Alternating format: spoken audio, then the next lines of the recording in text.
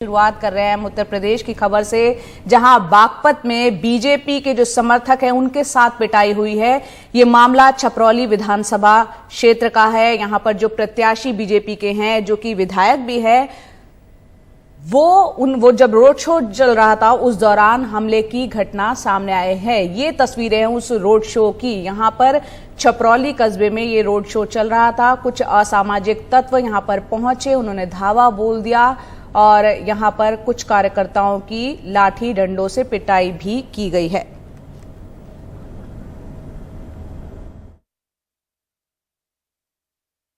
आज मेरा जनसमर्थन था। जनसमर्थन के मेरे कुछ साथियों के साथ में अभद्रता की गई है और मुझे इस बात का बेहद दुख है कि महिलाओं के साथ में अभद्रता की गई है, उनके साथ मारपीट की गई है। ये हमारे लोकतंत्र में बेहद शर्मनाक बात है। ऐसा लोकतंत्र में पक्ष और विपक्ष अपना मतदान करना सबका अधिकार है। इस तरह की कानून व्यवस्था को बिगाड़ना, बहन बेटियों का इज्जत और आबरू पर उनको इस तरह की घटना की मैं बहुत निंदा करता हूँ। सोशल मीडिया पर छपरौली विधानसभा के वर्तमान विधायक श्री सहेंद्र रमाला जी के समर्थकों के साथ मारपीट करने के कुछ वीडियो वायरल हो रहे हैं। वीडियो के आधार पर कुछ लोगों को आइडेंटिफाई किया गया, जिसमें 3 व्यक्तियों को पुलिस ने हिरासत में लिया है। आइडेंटिफिकेशन की कार्रवाई प्रचलित है। अभियोग पंजीकृत किया जा रहा है। घटनास्थल का निरीक्षण मेरे द्वारा किया जा चुका है। आवश्यक वैधानिक कार्रवाई की जा रही है। Thank you.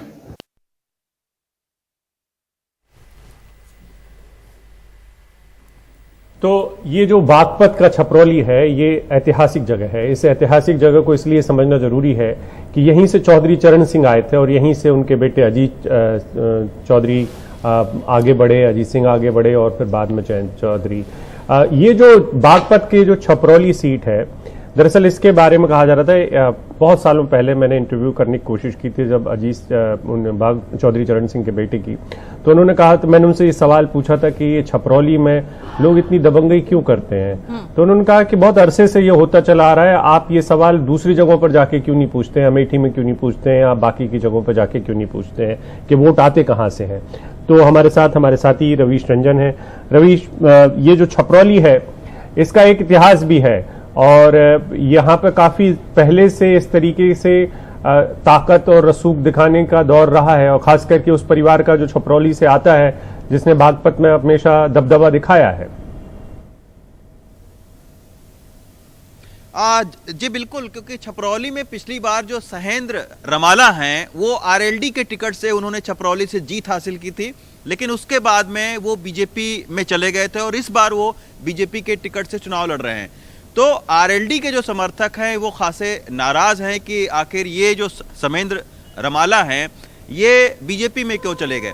और आपको पता होगा कि उत्तर प्रदेश विधानसभा में जयंत चौधरी की आरएलडी को जो एक सीट मिली थी वो छपरौली में मिली थी उनको। तो एक बड़ा सेटबैक था जब ये आरएलडी के उम्मीदवार बीजेपी में शामिल हो गए थे और इस बार बीजेपी के टिकट से हैं। तो कल जब छपरौली से इनका काफिला गुजरने लगा तो कुछ लोगों ने इनके खिलाफ में नारेबाजी की और धोखेबाज तक इनको कहा कि ये समाज के धोखेबाज हैं। तो तनाव बहुत बढ़ गया। इनके जो समर्थक थे इनके साथ में फिर हाथापाई शुरू हो गई।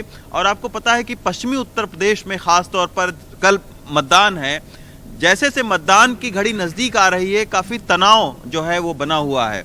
और ख़ास तौर पर जो जाट राजनीति के लिए पश्चिमी उत्तर प्रदेश काफ़ी अहम स्थान रखता है, तो इसके वजह से लगातार जो है वो जाट चुकी नेता बीजेपी में भी हैं, आरएलडी में भी हैं, तो उनके बीच में एक जगह गांव में प्रचार करने को लेकर भी तमाम सारी जगहों से ऐसी खबरें आ रही हैं कि आपस में बहसबाजी हो रही है, तनाव है।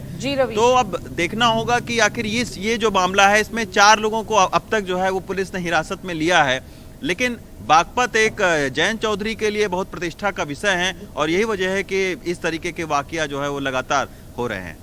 बिल्कुल, बहुत बहुत शुक्रिया रवीश इस पूरी जानकारी के लिए। तस्वीरें आप देख रहे हैं बागपत विधानसभा में जो छपरौली क्षेत्र है वहां पर ये घटना घटी है। बीजेपी की जो उम्मीदवार हैं, जो बीजेपी के विधायक भी हैं, जो पहले आरएलडी में थे, जो बीजेपी में फिर शामिल हो गए, उसके बाद यहां पर जब ये काफिला निकल रहा था, रोड शो चल रहा था, उन पर हमला करने की कोशिश हुई। उनके जो समर्थक हैं उन पर भी लाठी डंडों से जो है यहाँ पर तोड़फोड़ की गई है।